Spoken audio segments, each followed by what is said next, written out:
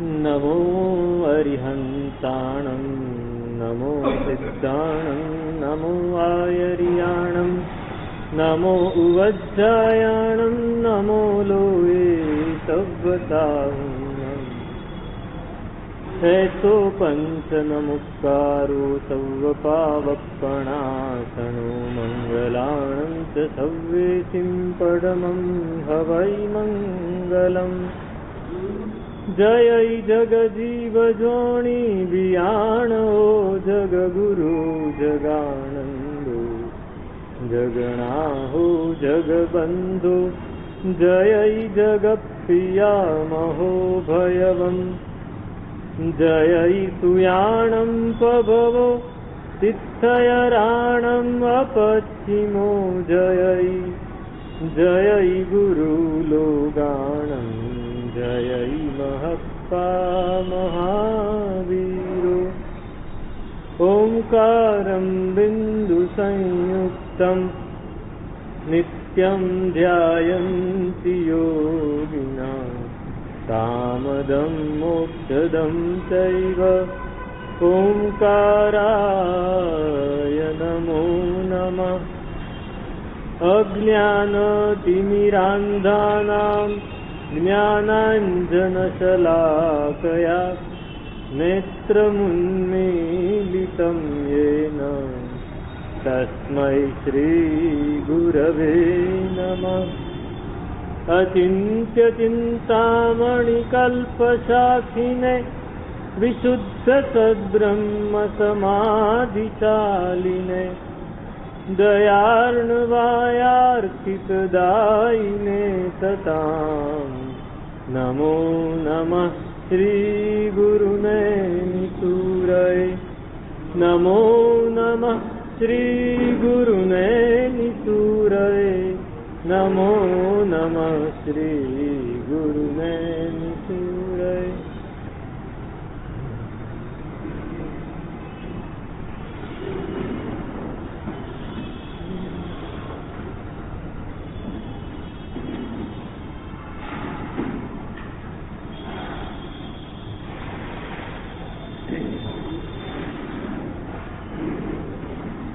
મિત્રા દૃષ્ટિની વાત આપણે કરી. મિત્રા દૃષ્ટિ એનું નામ મિત્રા કેમ રાખ્યું? દુનિયામાં મિત્ર કોને કહેવાય? ગઈકાલે ફ્રેન્ડશીપ ડે હતો. ગઈકાલે ફ્રેન્ડશીપ ડે હતો, લોકોએ બહુ સારી રીતે ઉજવ્યો. મિત્ર ફ્રેન્ડ એ કોને કહેવાય? જે આપણને હિતમાં પ્રેરે, અહિતમાંથી આપણને બહાર ખેંચે અને હિત તરફ પ્રેરે, એનું નામ મિત્ર. જે આપણને અહિતમાં પ્રેરે એ હકીકતમાં ભલે દેખાવ મિત્રનો હોય પણ હોય શત્રુ. દેખાવ મિત્રનો હોય પણ એ હોય શત્રુ. મિત્ર પણ હિત શત્રુ હોઈ શકે અને શત્રુ પણ મિત્ર હોઈ શકે. નાદાન મિત્ર કરતા દાનો દુશ્મન સારો, એવું આપણે ત્યાં કહેવાય કે દાનો દુશ્મન હોય ને તો એ સારું, પણ નાદાન મિત્ર, નાદાન કે સાથ દોસ્તી નહીં. નાદાન કે સાથ દોસ્તી और जान का खतरा, એવું કહેવાય છે. તો દાનો દુશ્મન સારો. મિત્રા દ્રષ્ટિ આપણને હિત તરફ પ્રેરે છે, થોડોક બોધ જગાવી દે છે, ભલે થોડોક જ. ટોર્ચ તમે નાખીને પાછું અજવાળું બંધ થઈ ગયું પણ ખ્યાલ આવી ગયો કે આ રસ્તો આ છે, રસ્તો આ છે. એક ખેડૂત હતો, એને યાત્રા કરવા જવું, એને પાછી ખેતી એ કરવી હતી, બે કામ કરવા હતા. યાત્રા એ કરવી છે ને ખેતી કરવી છે, બે કામ થાય કેવી રીતે થાય? તો વહેલા જવું પડે. તો બહુ વહેલો નીકળી ગયો, સવારે 4 વાગે. આપણે ત્યાં યાત્રા કરવા પહોંચી જાય ને 4 ફાગણી તેરસની યાત્રા કરવા રાતથી શરૂ થઈ જાય. આ સવારે 4 વાગે તળેટીએ પહોંચી ગયો કે ચડી જવું છે, પણ પાછો ડર લાગે કે હું એકલો છું, આટલું બધું અંધારું છે, જવું કેવી રીતે? જવું કેવી રીતે? ઘરેથી નીકળ્યો ત્યારે ફાનસ આપ્યું હતું, પણ ફાનસ તો કેટલું દેખાય કે કોણ આવી જાય ક્યારે શું થાય કઈ ખબર નથી. ફાનસ તો કેટલું દેખાય, લઈને તો નીકળ્યો, પણ ડર બહુ લાગે છે. તળેટી આગળ ઉભો રહ્યો, કોઈ આવે તો. 2-5 મિનિટ થઈ ને તો એક સાધુ મહારાજ નીકળ્યા ત્યાંથી. એને પૂછ્યું, કેમ ભાઈ અહીંયા ઉભો છે? કે સાહેબ યાત્રા કરવી છે પણ ડર બહુ લાગે. તારા હાથમાં ફાનસ છે ને?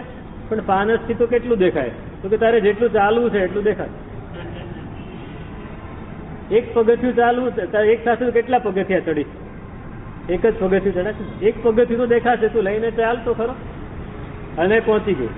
મિત્રા દ્રષ્ટિ એક પગથિયું દેખાડે છે બસ, પણ એક પગથિયું દેખાડીને ઓલવાઈ જાય, વળી પાછું એક પગથિયું દેખાડે, એટલે આપણે ચાલતા. મિત્રા દ્રષ્ટિ આપણને આગળ વધારવા માટે મિત્ર જેવી છે, એટલે એનું નામ મિત્રા દ્રષ્ટિ.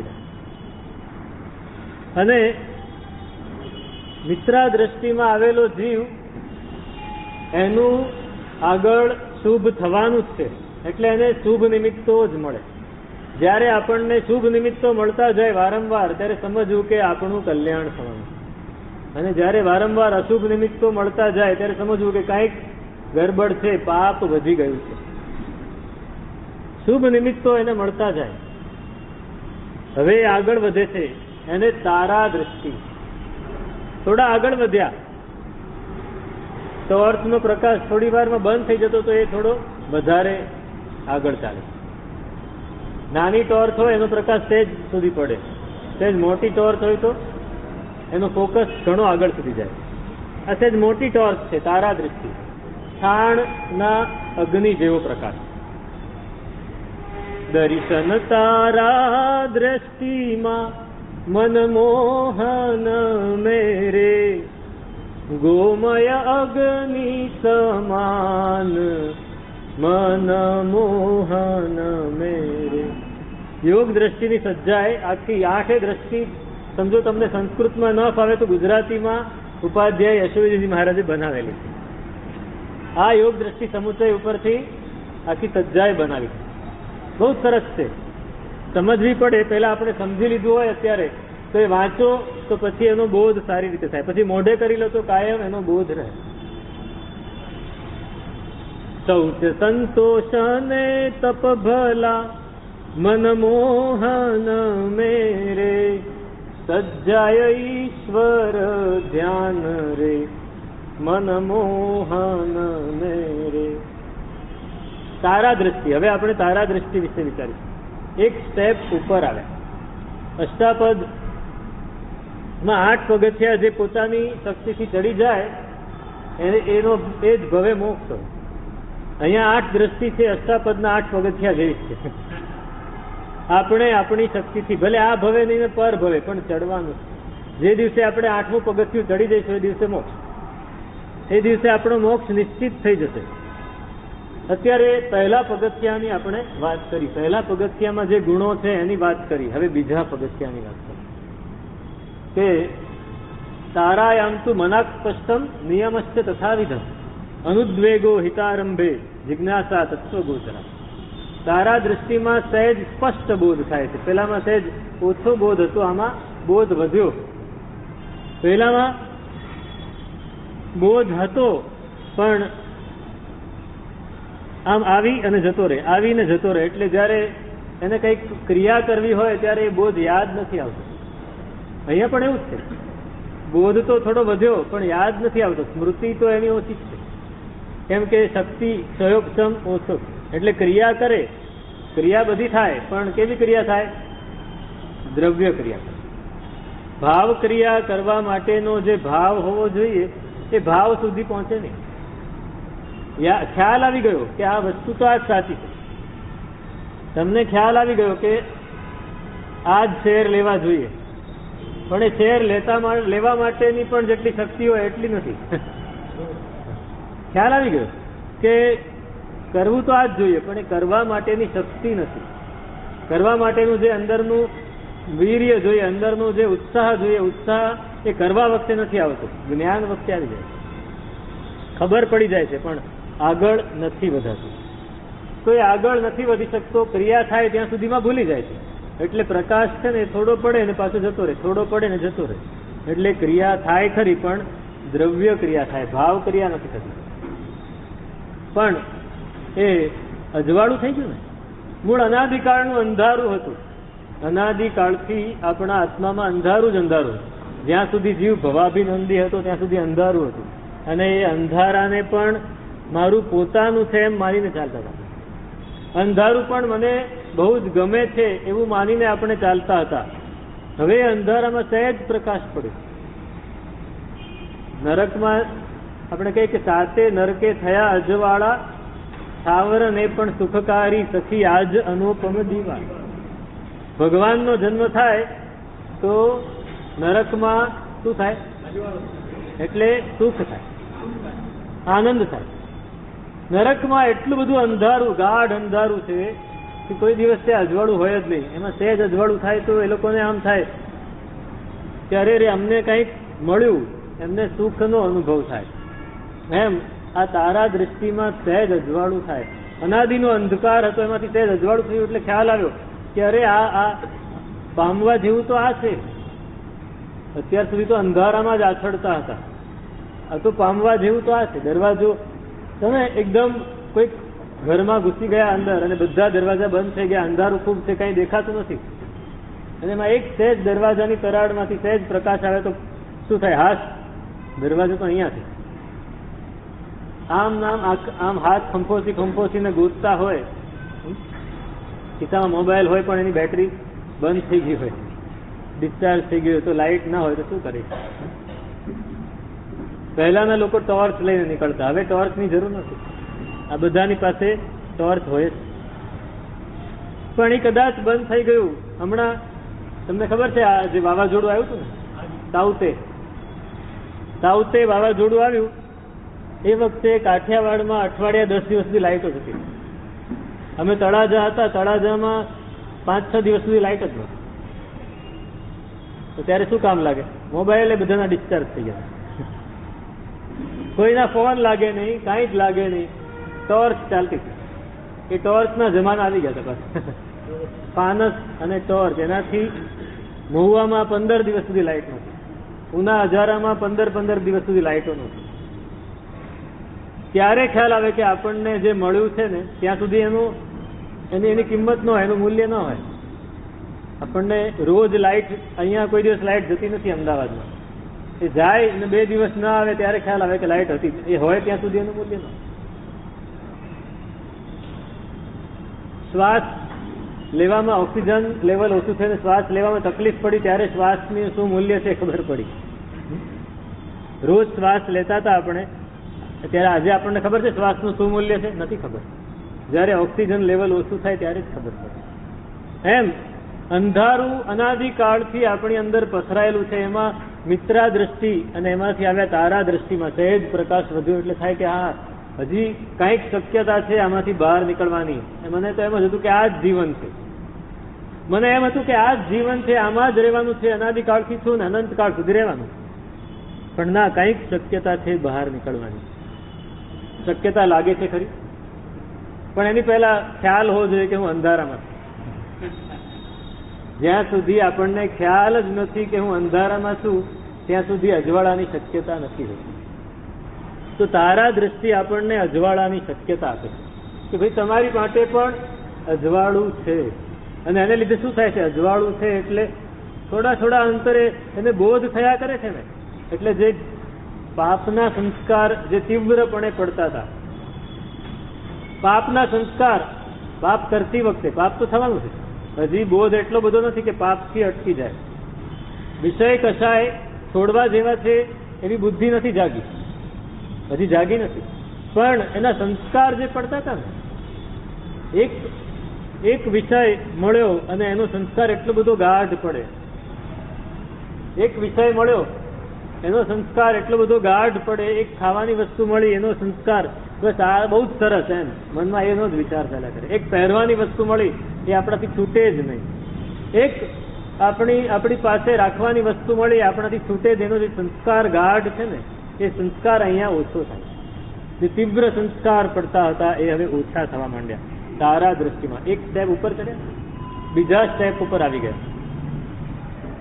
અને એને લીધે આ જે સંસ્કાર ઓછા થયા, સહેજ પ્રકાશ મળ્યો, સહેજ બોધ વધ્યો, પ્રયોગક્ષમ સહેજ વધ્યો, એટલે હવે એના જીવનમાં પેલા 5 વ્રત એનું પાલન એની ઈચ્છા થતી હતી કે હવે વ્રતના પાલનમાં થોડું આગળ વધશે, થોડું વ્રત પાલન કરવા માંડશે. ભાઈ મારે અહિંસા પાળવી છે, મારે અહિંસા પાળવી છે. તમે જોતા હશો કે અત્યારે કેટલાય જીવો કેટલા બધા અમેરિકન્સ વિગન બની ગયા. ખબર છે? વિગન, હા, વ્હાઈટ નહીં, વિગન એટલે વેજીટેરિયન કરતા પણ આગળ. ગાયનું કે ભેંસનું કે કોઈ પણ પશુનું દૂધ પણ નહીં લેવાનું, પશુમાંથી નીકળતી કોઈ વસ્તુ વાપરવાની, પછી દૂધમાંથી બનતી કોઈ પણ વસ્તુ નહીં વાપરવાની. વિગન, ફક્ત શાકાહારી, વનસ્પતિમાંથી જે મળે છે વાપરો. આ શેના લીધે થાય છે? એમને અંદરથી અચાનક એવું થાય છે કે આપણે બીજાને નુકસાન પહોંચાડવું નથી, બીજાને હેરાન કરવા નથી, બીજાને મારીને ખાઈ નથી જવા. આ શેને લીધે થાય છે? મિત્ર કે તારા દૃષ્ટિમાં આવ્યા એટલે એને થાય કે મારે અહિંસાનું પાલન કરવું, ભલે મારી બુદ્ધિ પ્રમાણે, પણ મારે અહિંસાનું પાલન કરવું, મારે જૂઠું નથી બોલવું, મારે પ્રામાણિકતાનું આચરણ કરવું છે. સત્ય અને અચૌર્ય. પ્રામાણિકતામાં 2 વસ્તુ આવી જાય, સત્ય બોલવાનું પણ આવે અને ચોરી નહીં કરવાનું. મારે વિષય કશાયનો બને ત્યાં સુધી ઓછો વપરાશ કરવો છે. બ્રહ્મચર્ય, આપણે બ્રહ્મચર્યને એક જ વિષય ઉપર લઈ જઈએ છીએ, એક જ વાત ઉપર લઈ જઈએ છીએ, એમ નથી. બ્રહ્મચર્ય એટલે નિયમોનું પાલન થાય, એ પણ બ્રહ્મચર્ય. તમે આપણે નાના મોટા જે કોઈ પણ નિયમનું પાલન કરી શકીએ. બ્રહ્મ એટલે શું? આત્મા, અથવા બ્રહ્મ એટલે પરમાત્મા. એમાં આપણી ચર્યા થાય એને બ્રહ્મચર્ય. આપણું મન શરીરમાંથી નીકળીને આત્મા તરફ જાય એ બ્રહ્મચર્ય. અબ્રહ્મચર્ય એટલું જયારે આપણું મન શરીરમાં ને શરીરમાં જ રહે, મારે શરીરનું સુખ મેળવવું છે તો અબ્રહ્મચર્ય. અને શરીરમાંથી નીકળીને આત્મા તરફ જાય તો બ્રહ્મચર્ય. અને અપરિગ્રહ, પરિગ્રહ એનો સંતોષ વધે, એને પરિગ્રહ ભેગા કરવાની લાલસા ઘટે. એ મિત્રામાં હતું, અહીંયા થોડું વધ્યું, તારા દ્રષ્ટિમાં એ વધ્યું ને એની સાથે 5 નિયમ પણ આવ્યા. નિયમશ્ચ તથાવિધ, 5 નિયમો. પેલા 5 યમ, 5 વ્રત હતા, એને પૂરક 5 નિયમો છે. પેલા મૂળ ગુણ, આપણી ભાષામાં કહીએ તો આ ઉત્તર ગુણ, 5 મૂળ ગુણ અને 7 ઉત્તર ગુણ છે. ખબર છે શ્રાવકોના કેટલા વ્રત છે? 12 વ્રત. તો એમાં 5 મૂળ વ્રત છે અને એના 7 છે એ એને સહાય કરે એવા ઉત્તર વ્રત કહેવાય, એને ઉત્તર ગુણ કહેવાય. એવી રીતે 5 મૂળ નિયમ છે. સાધુના 5 વ્રત એ મૂળ ગુણ છે, પણ ઉત્તર ગુણ કેટલા? ચરણ 70 અને કરણ 70, 70 140 ઉત્તર ગુણ છે. મૂળ ગુણ ફક્ત 5 અને છઠ્ઠું રાત્રિ ભોજન નિર્માણ, પણ ઉત્તર ગુણ 140.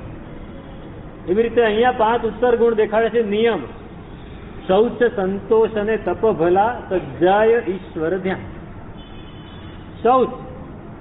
શૌચ ભાવના, મન વચન કાયાને શુદ્ધ રાખવા, આ શૌચ છે. આપણે શૌચ એટલે ફક્ત શરીરને શુદ્ધ રાખવાની વાત કરીએ. શરીર શુદ્ધ જોઈએ, પણ પહેલી શરત છે મન અને વચન શુદ્ધ હોય. કાયા શુદ્ધ હોય એ જરૂરી છે. ભગવાનની પૂજા કરવા જાઓ ત્યારે કાયા શુદ્ધ હોવી એ જરૂરી છે, પણ મન વચન શુદ્ધ હોય એનાથી વધારે જરૂરી છે. કાયા શુદ્ધ હોય ને મન વચન શુદ્ધ ન હોય તો? કોઈ વ્યક્તિ પૂજાના કપડા પહેરીને ગાળ બોલે તો શું થાય? કોઈ વ્યક્તિ પૂજાના કપડા પહેરીને મનમાં ખરાબ વિચાર લાવે તો એ આપણને ખબર નથી પડતી, પણ ગાળ બોલે તો આપણને દેખાય. અહીંયા મન વચન કાયાને શુદ્ધિ વધે છે એટલે શૌચ ભાવના. મનની શુદ્ધિ શેનાથી થાય? મનની શુદ્ધિ શેનાથી થાય? ભાવના, શુભ ભાવનાથી, શુભ ભાવોથી, ભગવાન પ્રત્યેની નિષ્ઠાથી, શાસન પ્રત્યેની નિષ્ઠાથી, અથવા એને જે સમજણ તે પ્રમાણે મારે ખરાબ વિચાર નથી કરવા, મારે સારા વિચાર જ કરવા છે, મારે સારા વિચાર જ કરવા છે. એવું થાય કોઈ દિવસ મનમાં કે મારે સારા વિચાર કરવા છે? સારા વિચાર કરવા પડે, ખરાબ વિચાર જાતે આવે. ખરાબ વિચારનો દરવાજો આપણે ખુલ્લો રાખ્યો છે એટલે જાતે આવે, એ આવ્યા જ કરે. સારા વિચારનો દરવાજો બંધ છે, એ આપણે ખોલીને એને અંદર પકડીને લાવવા પડે. તો મનની શુદ્ધિ શુભ વિચારોથી થાય, શુભ ભાવનાથી થાય. વચનની શુદ્ધિ શેનાથી થાય? સત્ય વચન બોલવાથી. શુભ વચન, સત્ય વચન. સમકિતનું મૂલ જાણીએ જી સત્ય વચન સાક્ષાત. સાચામાં સમકિત વસે, માયામાં વિચાર. રોજ બોલીએ છીએ આપણે, પણ આપણને કાંઈ અડતું નથી, આભળતું નથી. બધું આપણે નિર્લેપ છીએ ને. પેલો નિર્લેપનું પેલું આવે છે ને, શું આવે છે? તવો. એની ઉપર તમે પુડલા બનાવો તો એ નિર્લેપ જ રહે, એને કઈ લેપ ના લાગે, ચોંટે નહીં. બસ આપણે ક્રિયા કરીએ છીએ, આપણે નિર્લેપ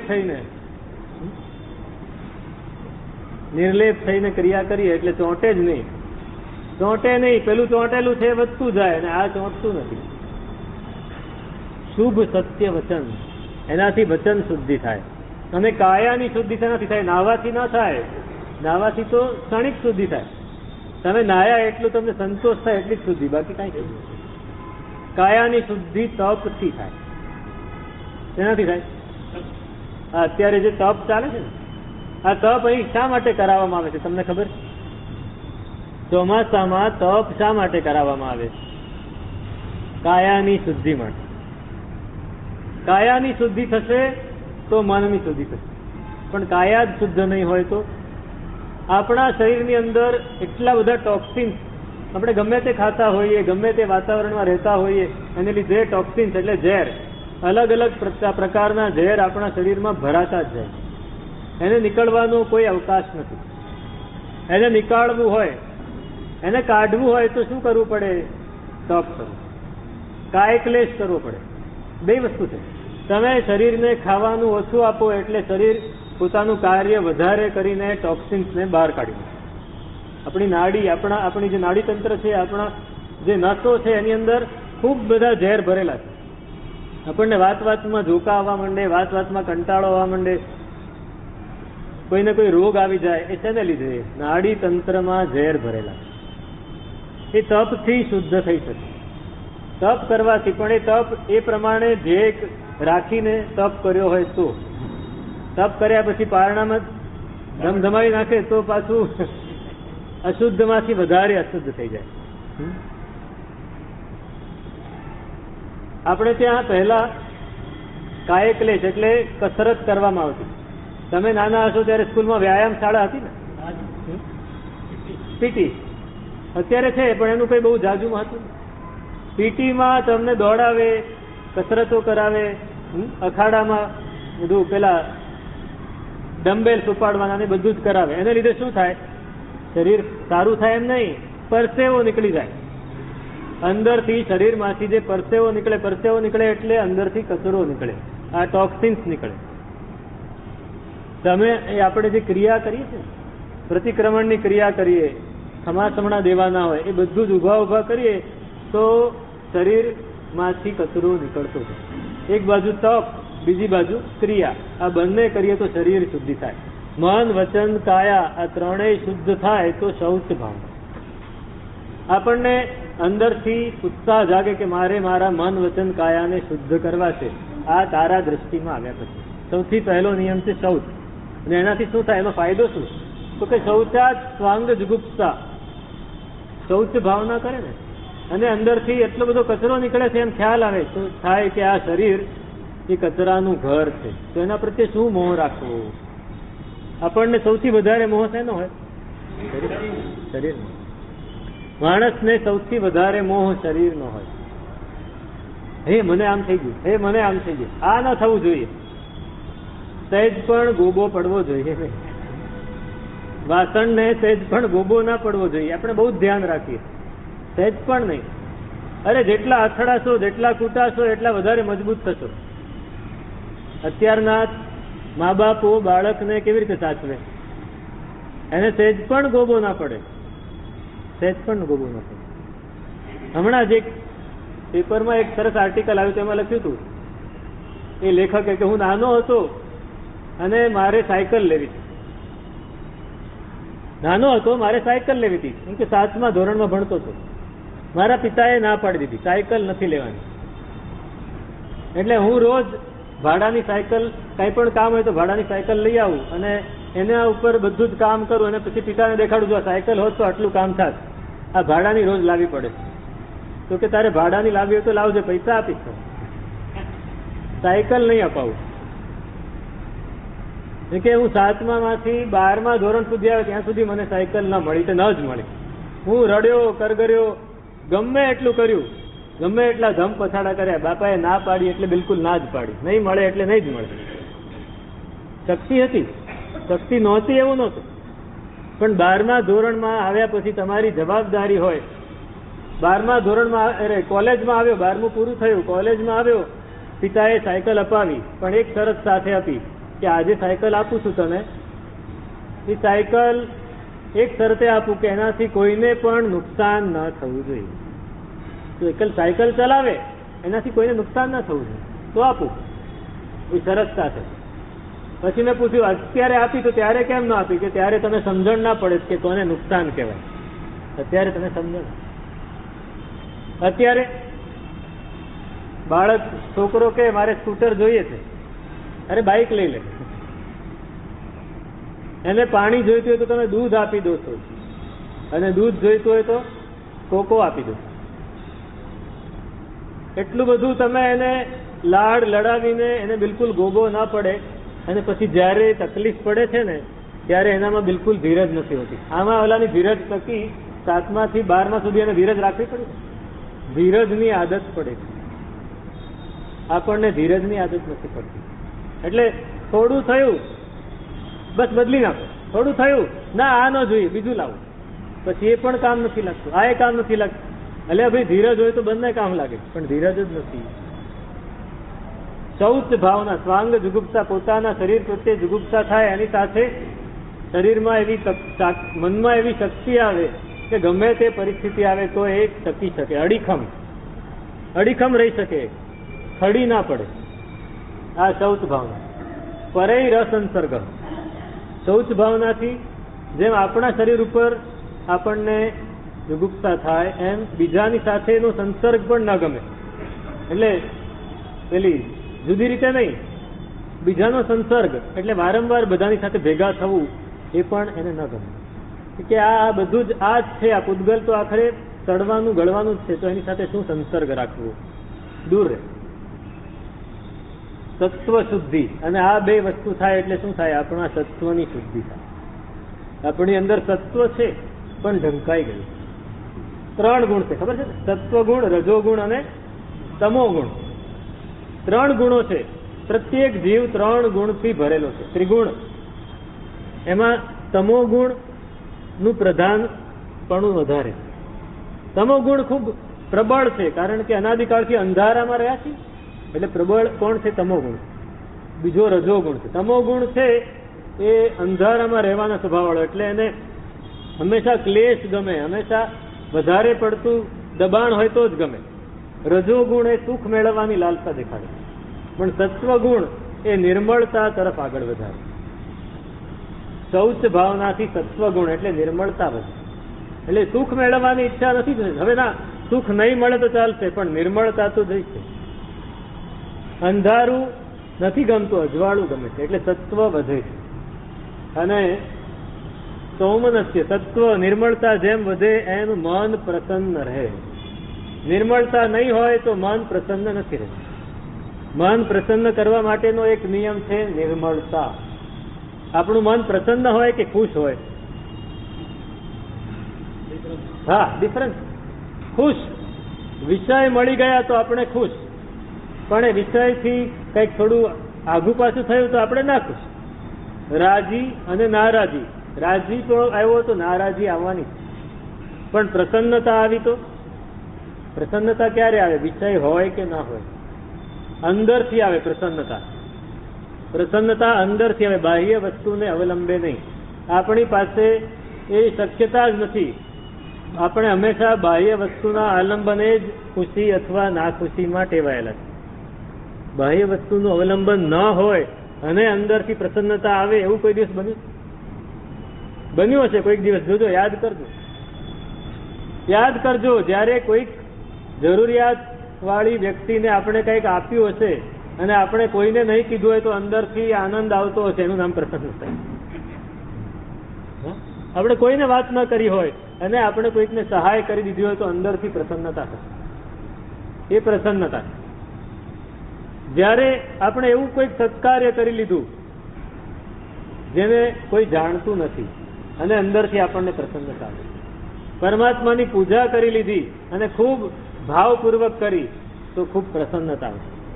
પ્રસન્નતા આ રીતે આવે, એ કોઈની મોહતાજ નથી, કોઈ વસ્તુને અવલંબીને નથી આવતી, એ અંદરથી આવે. તો સૌમનસ્ય, મન પ્રસન્ન થઈ જાય, તત્વ શુદ્ધિ થાય એટલે એને લીધે એકાગ્રતા વધે. જ્યાં સુધી મન પ્રસન્ન નથી ત્યાં સુધી એકાગ્રતા નથી આવતી. એકાગ્રતા લાવવા માટે મન પ્રસન્ન જોઈએ, કાં તો મન વિકૃત જોઈએ. મન વિકૃત હોય તો એકાગ્રતા આવે ખોટી જગ્યાએ, ખોટી જગ્યાએ.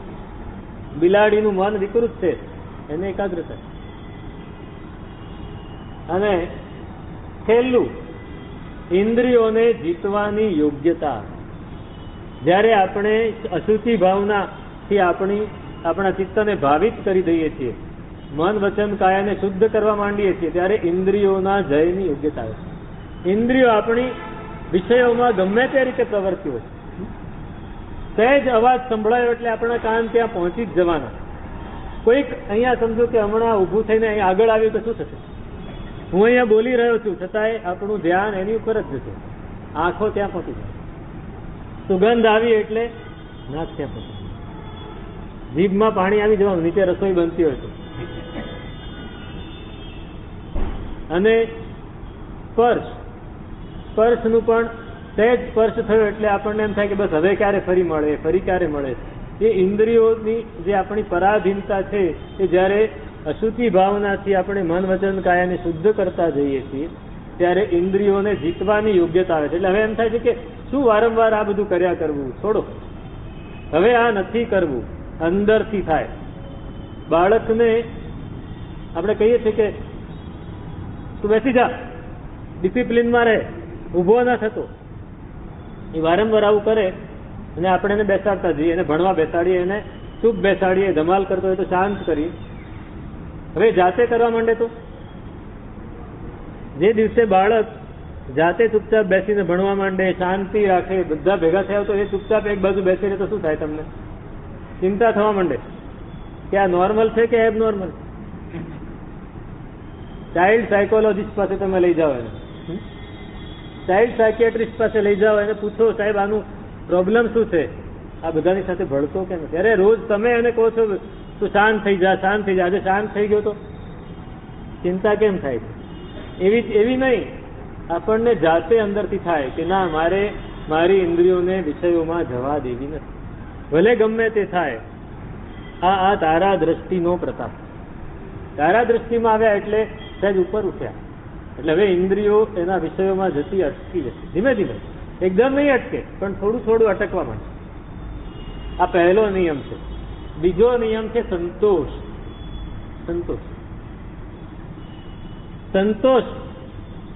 સંતોષો નિયમે. દુનિયામાં બધા જ નિયમો પણ મુખ્ય નિયમ કયો? સંતોષ. જેમ મંત્રોમાં નવકારમાં, જેમ પર્વમાં પર્યુષણ, એવી રીતે નિયમોમાં સંતોષ, વ્રતોમાં બ્રહ્મચર્ય, નિયમમાં સંતોષ. સંતોષનો નિયમ અહીંયા આવે છે. સંતોષ તમને ખબર છે? સંતોષ એટલે આપણે કયા અર્થમાં લઈએ? ઈચ્છા પૂર્ણ થઈ જાય નહીં, એ તો ધરાઈ જાય. ઈચ્છા ન થાય. સંતોષ એટલે ઈચ્છા પૂરી થાય એમ નહીં, ઈચ્છા ન થાય. આપણે એ અર્થમાં લઈએ છીએ કે હવે ઈચ્છા નથી, હવે મને સંતોષ થઈ ગયો છે, આટલું બસ, મને જેટલું મળી ગયું એથી વધારે મેળવવાની ઈચ્છા હવે નથી. એવું એનાથી વધારે. તમે જમવા બેઠા હો અને સમોસા બહુ સરસ બનાવ્યા છે, સમોસા બહુ સરસ બનાવ્યા છે, કેટલા ખવાય? કેટલા ખવાય? 2, 3 કે 23? 2 કે 3. કેમ કે અત્યારે ખબર છે આપણા પેટની હાલત, એટલે અટક્યા છીએ. પણ જયારે યુવાન હતા અને પેટની હાલત સારી હતી ત્યારે 10 ખાઈ જાય તો એમ થાય હજી ખાઈ લો, હજી ખાઈ લો. કેમ? સંતોષ. અને ત્યારે પણ 3 ખાઈને ઉભો થઈ જાય તો સમજવું કે સંતોષ. સંતોષ છે. મારા ગુરુ મહારાજ બહુ સરસ દાખલો દેતા હતા કે તમે કોઈના ઘરે જાઓ, અત્યારે લોકોના ઘરે જવાનું બહુ ઓછો થઈ ગયું એવું લાગે છે મને, પણ પહેલા જ વારંવાર તમે એમને કહો કે ભાઈ તમે મારા ઘરે કેમ આવતા નથી, તો ત્યાં આવતા રવિવારે આવીશ. પછી કુટુંબ સાથે જાય, બધા ભેગા થાય, બેસે, નાસ્તા પાણી કરે. એવી રીતે તમે કોઈના ઘરે ગયા હો અને એને પાણી મૂક્યું, ચા મૂકી, તમે ટ્રે મૂકી હોય, એ ટ્રેમાં બધી વસ્તુ હોય કે એક વાટકીમાં મુખવાસ હોય, એક વાટકીમાં સિંગ ચણા હોય, એક વાટકીમાં દ્રાક્ષ હોય મેવાની, એક વાટકીમાં કાજુ હોય. એ તમે કેટલું ખાવ? એના ઘરે ગયા છો, તમે કેટલું ખાવ? 2 દાણા 4 દાણા, પછી મૂકી દો. આખી વાટકી ખાલી ન કરો. કેમ? કેમ? એટિકેટ. આપણી એટિકેટ બગડી જાય, લોકોને થાય ખાવધરો છે. એવું ના થવું જોઈએ. હા, ભૂખ્યા તો એમાં કઈ નાસ્તો નથી, આ તો ખાલી એને મૂક્યું મોઢું પેલું સારું થાય એટલા માટે, મુખવાસ રૂપે. મુખવાસ કોઈ દિવસ બુકડા ભરીને ના ખાય કોઈ. હવે એ જ, હા, મુખવાસ છે. હવે એ જ વસ્તુ તમે ઘરે હો અને તમને વાટકી આપી હોય દ્રાક્ષની, તો કેટલી ખવાય? વાટકી ખાલી થઈ જાય ને. અને છતાં એમ થાય હજી હોય તો ચાલે. હવે એ વખતે પણ તમે 4 દાણા વાપરીને એક બાજુ મૂકી દો તો સમજવું કે સંતોષ છે. સંતોષ. આ સંતોષ. ગુણવંત શાહ કહે છે કે અત્યારે મારી ઉંમર છે, સમોસાની વાત એમણે જ કરેલી, કે સમોસા ઘરમાં બનાવ્યા હોય તો હું 3 ખાઉં, મારા હકના 3 છે બસ. એથી વધારે ચોથું ખાવ તો મારે 2 કિલોમીટર ચાલવાનું. એ શારીરિક દ્રષ્ટિએ બોલે છે. પહેલી વાત શારીરિક દ્રષ્ટિ બોલે કે ચોથું સમોસું ખાધું તો એટલું કોલેસ્ટ્રોલ વધવાનું, એટલી કેલરી વધવાની, એને ઘટાડવા માટે 2 કિલોમીટર ચાલવું પડે ઓછામાં ઓછું. અને બીજી વાત કે મારા મનને મારે કંટ્રોલમાં રાખવું છે. જો ચોથું ખાવ તો કંટ્રોલની બહાર જાય, ચોથું ખાવ તો કંટ્રોલની બહાર જાય. મારે સંતોષી બનાવવું છે મારા મનને. બસ આટલું મળી ગયું, બહુ થઈ ગયું. હવે જાજુ જોઈતું નથી. હોઠ, હૈયું અને હાથ. ભગવાનને એમ કે છે કે હોઠ, હૈયું ને હાથ, આ 3 વાના ભગવાન તમે દઈ દીધા. હવે જા, હવે ચોથું નથી માગું. હાથ મળી ગયા, હૈયું મળી ગયું ને હોઠ મળી ગયા, હવે ચોથું શું જોઈએ? નથી જોઈતું. એમ આટલું મળી ગયું, હવે સંતોષ છે. સંતોષ એ બહુ જ મહત્વનો નિયમ છે. જ્યાં સુધી સંતોષ ન હોય ત્યાં સુધી આપણને મેળવવાની લાય થશે. મને એક વસ્તુ મળી, પછી થાય કે આના કરતા પેલી સારી. આઈફોન આવ્યો પણ આઈફોન 11 છે, હવે નવો આવી ગયો આઈફોન 12 લેવો છે, તો શું કરવું પડશે? પેલા શેઠની જેમ કોઈકને છેતરવું પડશે, કોઈકને છેતરવું પડશે, પૈસા વધારે કમાવા પડશે, થોડી મહેનત વધારે કરવી પડશે, આર્ત ધ્યાન અને રૌદ્ર ધ્યાન વધારે કરવું પડશે. પણ જો એ ઈચ્છા થાય, ઈચ્છા તો થાય, પણ એને શાંત કરી દઈએ, ના જે છે આ છે, આ જ વાપરો, હમણાં બીજું કાંઈ આગળ વધવું નથી, તો સ્મૂથ ગોઈંગ થાય. જેટલું વધારે મેળવવાની ઈચ્છા થાય એટલું વધારે રફ ગોઈંગ થાય, અને જેટલું મળવાની ઓછી ઈચ્છા થાય એટલું સ્મૂથ ગોઈંગ થાય. તમે એમ કે છો અમારે પ્રગતિ પણ ન કરવી? અમારે પ્રગતિ તો કરવી જોઈએ ને. હા, પ્રગતિ કરવી જોઈએ, પ્રગતિ કરવી જોઈએ, પણ આપણા મનના ભોગે નહીં, આપણા જીવનના ભોગે નહીં.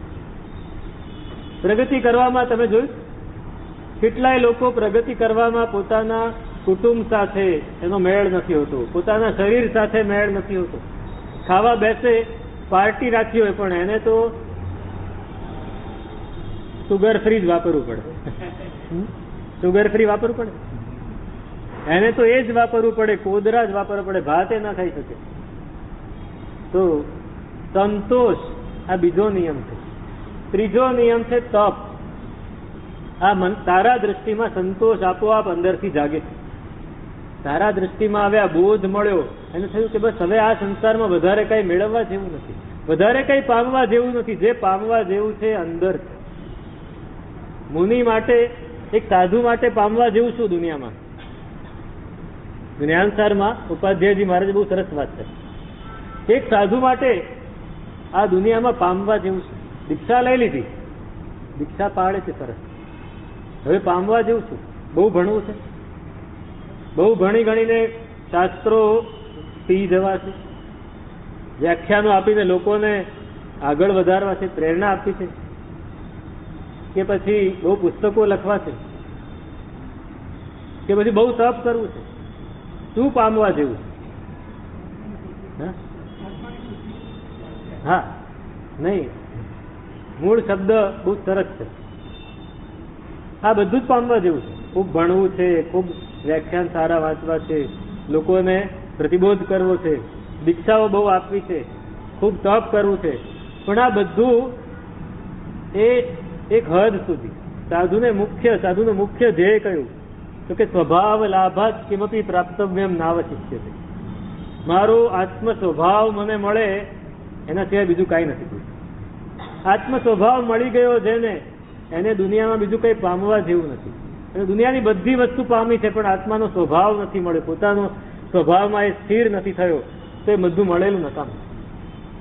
ઉપાધ્યાયજી મહારાજ આખી જિંદગી એમને કેટલા ગ્રંથો રચ્યા, કેટલી શાસન પ્રભાવના કરી, કેટલા જીવોને પ્રતિબોધ પમાડ્યો, જ્ઞાનની આટલી બધી ઉપાસના કરી, પણ છેલ્લે આ બધું કર્યા પછી જયારે આનંદગંજી મળ્યા ને, ત્યારે આનંદગંજી મળ્યા ત્યારે એમને ખ્યાલ આવ્યો કે આ બધું મળ્યું પણ સ્વભાવ તો મળ્યો. એટલે પછી એ આ રસ્તે આવ્યા, અધ્યાત્મના રસ્તે. ત્યાં સુધી હજી એ શાસ્ત્રના રસ્તે હતા. શાસ્ત્ર બેધારી તલવાર જેવું, શાસ્ત્ર બેધારી તલવાર જેવું, પકડવા વાળાને નુકસાન કરે. જે શાસ્ત્ર તલવારને, બેધારી તલવારને પકડે ને, એક ધાર વાળી હોય ને તો એક બાજુથી પકડે તો બીજી બાજુ નુકસાન ન કરે, પણ બેધારી તલવાર તો પકડવા વાળાને પણ, જો એ કંટ્રોલમાં ન રહે તો અભિમાન કરીને નુકસાન કરે,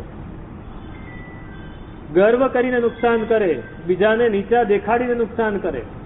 બેધારી તલવાર જેવું. પણ અધ્યાત્મ કોઈને નુકસાન નથી કરતું. એમને અધ્યાત્મ મળ્યું, એમને કહી દીધું કે સ્વભાવ લાભાત કિમપી પ્રાપ્તવ્યમ નાવશિષ્યતે ઇત્યાત્મૈશ્વર્ય સંપન્નો નિસ્પૃહો જાય તે મુનિ. મુનિ નિસ્પૃહ થઈ જાય, કોઈ વસ્તુ પામવી નથી જો આત્મ સ્વભાવ મળી જાય છે. આ બધું જ એને માટે, બધી જ ક્રિયા, બધું જ જ્ઞાન, બધું જ વ્યાખ્યાન, બધું જ તપ, પોતાનો સ્વભાવ પામવાનો સંતોષ. આ સંતોષ સાધુને માટે આ સંતોષ છે, અને શ્રાવક ગૃહસ્થ માટે પેલો સંતોષ. એ તારા દ્રષ્ટિમાં એ સંતોષ જાગે છે. અને એના પછી આવે છે તપ. આપણે તપની વાત કરી કે તપથી મન વચન કાયાની શુદ્ધિ થાય. એટલે તપ પણ સાથે મૂકી જ દીધું. તપ બાહ્ય અને અભ્યંતર, આ 12 પ્રકારનું તપ છે.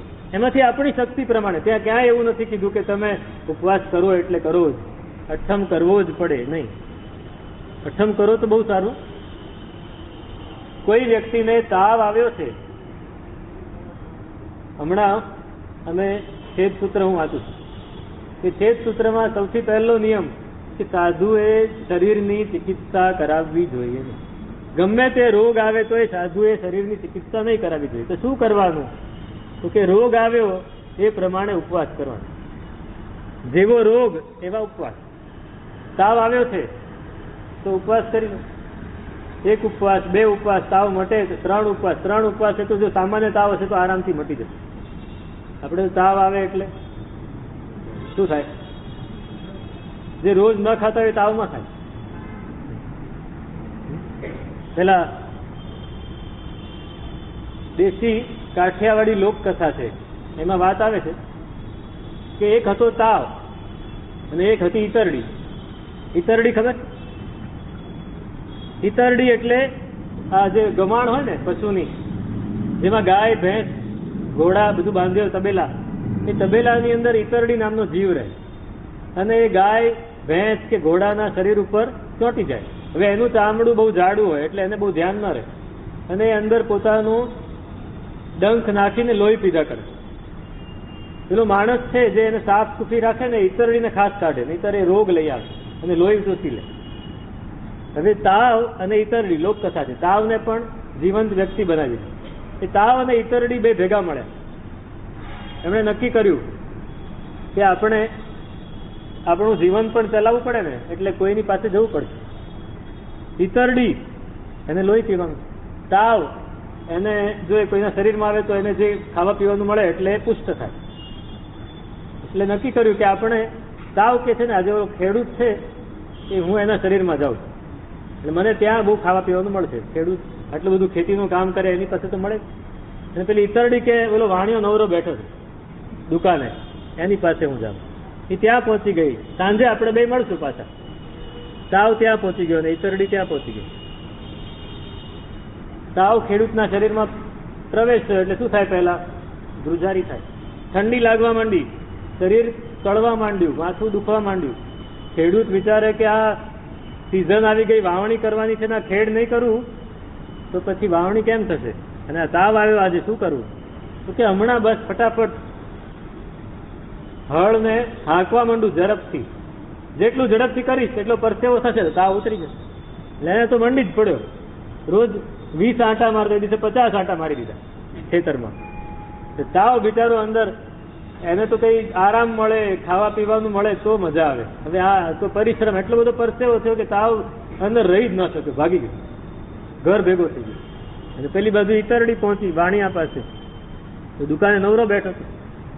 ગ્રાહક આવે ત્યારે આવે, બાકી તો દુકાને એમને બેઠા હોય ને, માખીઓ ઉડાડતા હોય.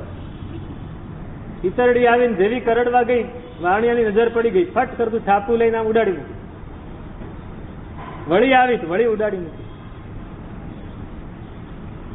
મેળ પડે એવો નથી આજે. એ ઘર ભેગી થઈ, બે ભેગા થઈ ગયા. શું થયું? કે આ આવું થયું ભાઈ, વાણિયાએ તો મને ક્યાંય નહીં ન રહેવા દીધું. કે ઓલા ખેડૂતે તો મને રાતે પાણી નવરાવ્યો, કાઢી મૂક્યો. હવે શું કરું? તો કે આપણે બદલી નાખીએ બે. તાવ કે હું વાણિયા પાસે જાઉં, ઈતરડી કે હું ખેડૂત પાસે જાઉં. કે સારું. બીજે દિવસે બે જણાએ પોતાનું કામ બદલી નાખ્યું. તાવ પહોંચ્યો વાણિયા પાસે. વાણિયો દુકાને બેઠો હતો ને આમ તાવ આવ્યો એટલે આમ ધ્રુજવા માંડ્યો. ઠંડી લાગે, શરીર કળે, માથું દુખે. તરત જ દુકાને ભાઈને કીધું હું જાઉં છું ઘરે. હું ઘરે જાઉં છું. ઘર તો પાછળ જ હતું. તું સંભાળજે, કઈ કામ હોય તો મને પૂછવા આવજે, બાકી હું જાઉં. એ અંદર ગયા. એ તાવ આવે છે, ઠંડી લાગે, જલ્દી ઓઢાડ મને. એટલે જલ્દી ફટાફટ બે રજાઈઓ કાઢીને ઓઢાડીને, હજી કાઢ, બહુ ઠંડી લાગે, બહુ ટાઢ ભાઈ. દરવાજા બધા બંધ કર્યા. હવે તો કે ઉકાળો બનાવી આપ, તાવ છે. ઉકાળો બનાવ્યો. પછી આજે બીજું કઈ ખવાશે નહીં, શીરો બનાવી આપ. તો શીરો બનાવી આપ. તાવ ને તો મજા પડી ગઈ. તાવને બહુ મજા પડી ગઈ કે આ હારું. ઈતરડી ખેડૂતની ત્યાં પહોંચી. ખેડૂત તો એના કામમાં હતો, ઈતરડી એના શરીરે ચડીને લોહી ચૂસે છે. ખેડૂતને ખબર જ નથી, એટલે એને મજા પડી ગઈ. તાવ આવે ત્યારે આપણે એને જો સત્કાર કરીએ, પોષણ કરીએ તો એ આપણી સાથે જ રહે. અને ખેડૂતની જેમ એને કાઢી મૂકીએ. તપ છે ને એ શરીરના રોગને મટાડે. મેં પહેલા કહ્યું તપ શુદ્ધિ કરે. તો તપ એ સાધુને માટે ચિકિત્સા નથી કરવાની. સાધુએ ચિકિત્સા નથી કરવાની. ચિકિત્સા વર્જ્ય છે. અનિવાર્ય હોય, તપથી પણ ન મટે એવો રોગ હોય તો જ વૈદ્ય પાસે જઈને ચિકિત્સા કરાવવાની. નહીતર ચિકિત્સમ નાભિનંદે, ચિકિત્સાને અભિનંદન ન કરે. દવા લેવાની નથી. દવા લેવાની એનો મતલબ શું? શા માટે નથી લેવાની? એનું કારણ, એનું રહસ્ય સમજી લઈએ આપણે કે સાધુએ દવા શા માટે નથી લેવાની. મને આજે દુખાવો થયો એટલે હું ગોળી લઈ લઉં, એનો મતલબ શું? કે મને અસાતા વેદનીયનો ઉદય થયો હતો. એ ઉદય થવાને લીધે મારું અસાતા વેદનીય ખપી જવાનું હતું. મેં ગોળી લઈ લીધી એટલે અસાતા વેદનીયને દબાવી દીધું, સાતા વેદનીયની ઉદીરણા કરી દીધી. સાતા વેદનીય સુખની ઉદીરણા કરી, દુઃખને દબાવી દીધું. એટલે દુઃખ તો તિલકમાં પડ્યું જ રહ્યું. સુખ જે નહોતું પડ્યું તિલકમાં, એટલે બહાર નહોતું આવે એને હું બહાર લઈ આવે. પુણ્યને વાપરી નાખ્યું, પાપ એમને પડ્યું રહ્યું. જો અસાતા વેદનીયને મેં સહન કરી લીધું હોત તો એ અસાતા વેદનીય ખપી ગયું, એટલે પુણ્ય તો તિલકમાં પડ્યું છે. આ એનો પાછળનો મતલબ. સાધુ એ પુણ્ય અને પાપ બંને ખપાવવાના. એટલે સાતા વેદનીયની ઉદીરણા પણ નથી કરવાની, અસાતા વેદનીયને દબાવવાનું પણ નથી. આ બે વસ્તુ સાધુએ કરવાની. એટલે એને ચિકિત્સા નથી કરવાની. દવા લઈએ, શ્રાવક માટે નિર્વદ્યપણે ચિકિત્સા કરવાની શું છે? કેમ કે ગૃહસ્થ છે, એને ઘણા બધા કાર્યો કરવાના છે, એને સમાજમાં રહેવાનું છે. સાધુએ તો આ જ કરવાનું છે, નિર્જરા જ કરવાની છે, કોઈ પણ રીતે નિર્જરા કરવાની છે. હા, એનાથી બિલકુલ ન જ રહેવાય, એનાથી પછી બીજા યોગો સીધાતા હોય તો એવું નથી કરવાનું. બીજા યોગો સીધાઈ જાય તો નથી કરવાનું. તો ચિકિત્સા પણ નિર્વદ્યપણે કરવાની. આ તપ સાધુ માટે તપ, શ્રાવક માટે પણ તપ. પણ તપ કયું કરવું? હમણાં મેં પહેલા કહ્યું કે તપ એવું કરવું કે જેનાથી આપણી આહાર સંજ્ઞા ઘટે. આહાર સંજ્ઞા ઘટે તો તપ. પછી ખાધા પછી પારણાના જ વિચાર આવ્યા કરે, ઉપવાસ કર્યા પછી પારણાના જ વિચાર આવ્યા કરે અને આહાર સંજ્ઞા વધ્યા કરે. એ પારણામાં તમે જઈને પછી અજયભાઈને કહો કે ભાઈ આજે આ વસ્તુ બનાવીને બદલે આ બરાબર નહોતી, અને આ ઓછી હતી, આને બદલે આ બનાવો, તો શું થાય? આહાર સંજ્ઞા વધી કે ઘટી? વધી. એ લોકો ભક્તિ કરે છે, સંઘની ફરજ છે, મેં તે દિવસે પણ કહ્યું, સંઘની ફરજ છે ભક્તિ કરવાની અને તપસ્વીની ફરજ છે કંટ્રોલ રાખવાની. આહાર સંજ્ઞા ઘટાડવા માટે તપ છે. 28 દિવસમાં 14 ઉપવાસ કરવા બહુ અઘરી વસ્તુ છે. મારાથી આખા વર્ષમાં 2 ઉપવાસ માંડ થાય છે, મારાથી નથી થતા ઉપવાસ. એટલે 14 ઉપવાસ 28 એક મહિનામાં 14 ઉપવાસ કરી લેવા બહુ અઘરી વસ્તુ છે. પણ એનાથી અઘરી વસ્તુ છે કે આપણા આહારને કંટ્રોલમાં લાવે, આહાર સંજ્ઞાને કંટ્રોલમાં લાવી, રસનેન્દ્રિયને શાંત કરી. તો તપ એને માટે છે, આપણી શુદ્ધિ માટે. અને એની પછી આવે છે સ્વાધ્યાય. તદેવ હિ તપઃ કાર્યમ દુર્ધ્યાનમ યત્ર નો ભવેત યેન યોગાન હિયંતે ક્ષીયંતે નેન્દ્રિયાણી વા. ઉપાધ્યાયજી મહારાજ તપ કરવાનું છે, તપ આપણે કરી લઈએ બહુ સારું છે, પણ એનાથી બીજા યોગો સીધાતા હોય તો એ તપ નકામ. આહાર સંજ્ઞાને વધારે પોષણ મળતું હોય તો તપ નકામ. કષાયો ઘટતા હોય તો તપ સારું, કષાયો વધતા હોય તો તપ નકામ. ઇન્દ્રિયો શાંત થઈ જાય તો તપ સારું, ઇન્દ્રિયો વિફરવા માંડે તો તપ નકામ. ઇન્દ્રિયો એકદમ નબળી પડી જાય અને દેખાવાનું પણ બંધ થઈ જાય, એરિયા સમિતિનું પાલન પણ ન થાય તો તપ નકામ. એટલે એ બધું જ ધ્યાનમાં રાખીને તપ કરવાનું. અને સ્વાધ્યાય, ચોથો નિયમ છે સ્વાધ્યાય. સ્વાધ્યાય પોતાનું અધ્યયન જેનાથી થાય, સ્વનું અધ્યયન, પોતાની જાતનું અધ્યયન જેનાથી થાય એ સ્વાધ્યાય. આપણે સ્વાધ્યાયમાં શું કરીએ? હમણાં 500 ગાથાનો સ્વાધ્યાય ડે હતો ગઈકાલે. 500 ગાથા ગણી લીધી, ઘણાએ ગણી હશે, પણ પોતાનું શું અધ્યયન થયું? કમસે કમ ગાથા ગણતી વખતે પણ એકાગ્ર થયા?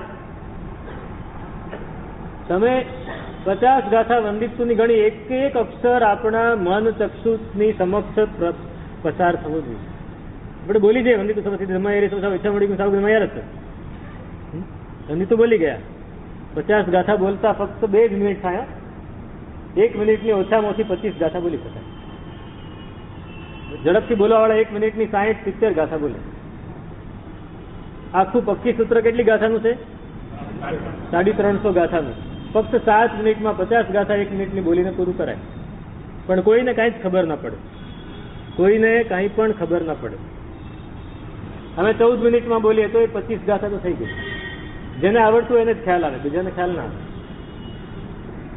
પણ જયારે આપણે સ્વાધ્યાય કરીએ છીએ, આ તો પ્રતિકરણો આપણી પાસે ટાઈમ લિમિટ હોય છે, જયારે સ્વાધ્યાય કરીએ છીએ ત્યારે એક અક્ષર વંદિત્તુ સબ્બ સિદ્ધે ધમ્મા યરિયે અસબ્બ સાહુ ઈચ્છામી પડિક્કમિયુમ સાવગ ધમ્મા ઈયારસ્ત. એક અક્ષર આપણા મન ચક્ષુ સમક્ષ જો પસાર થતો હોય તો સમજવું કે સ્વાધ્યાય થયું. કેમ કે એકાગ્ર થાય. પોતાનું એકાગ્ર થાવ તો પોતાનું અધ્યયન થાય. એકાગ્રતા નથી તો પોતાનું અધ્યયન શું થવાનું? આ સ્વાધ્યાય. અને ઈશ્વર ધ્યાન છેલ્લું, 5મો નિયમ છે ઈશ્વર ધ્યાન. હજી આગળ થોડા ક્રિટેરિયા છે. ઈશ્વર ધ્યાનની વાત કરીને આપણે પૂરું કરીએ. ભગવાનનું ધ્યાન કરવું એટલે શું?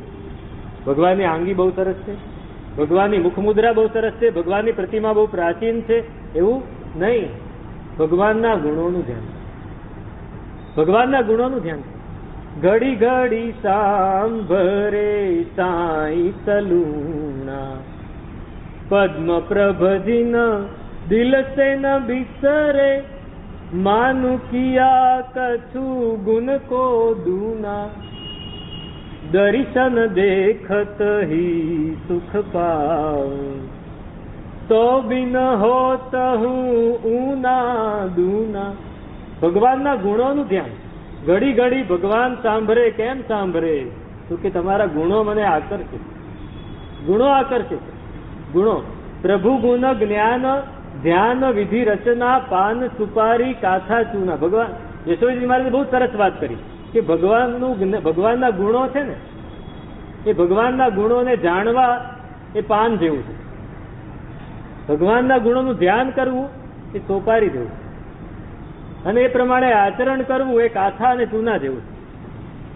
પાનમાં સોપારી નાખીને ખાવ તો બહુ રંગ ન આવે, મોઢામાં રંગ આવે ખરો, પણ કાથો ચૂનો નાખીને લગાડીને ખાવ તો લાલ થઈ જાય. રાગ ભયા દિલ મેં આ યોગે, રહે છિપાયાનો છાના ચૂના.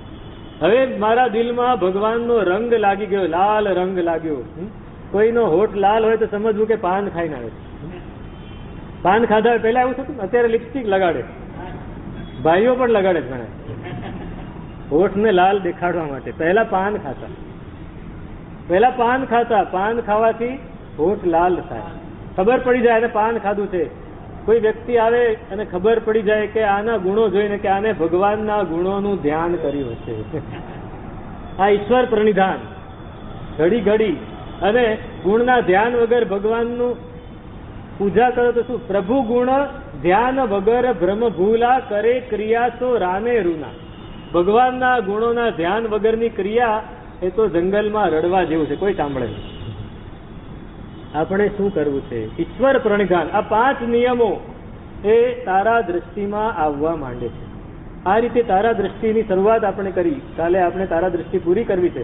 હજી એના થોડા ગુણો છે, એની શું સ્વરૂપ છે? અગ્રે અધિકાર વર્તમાન.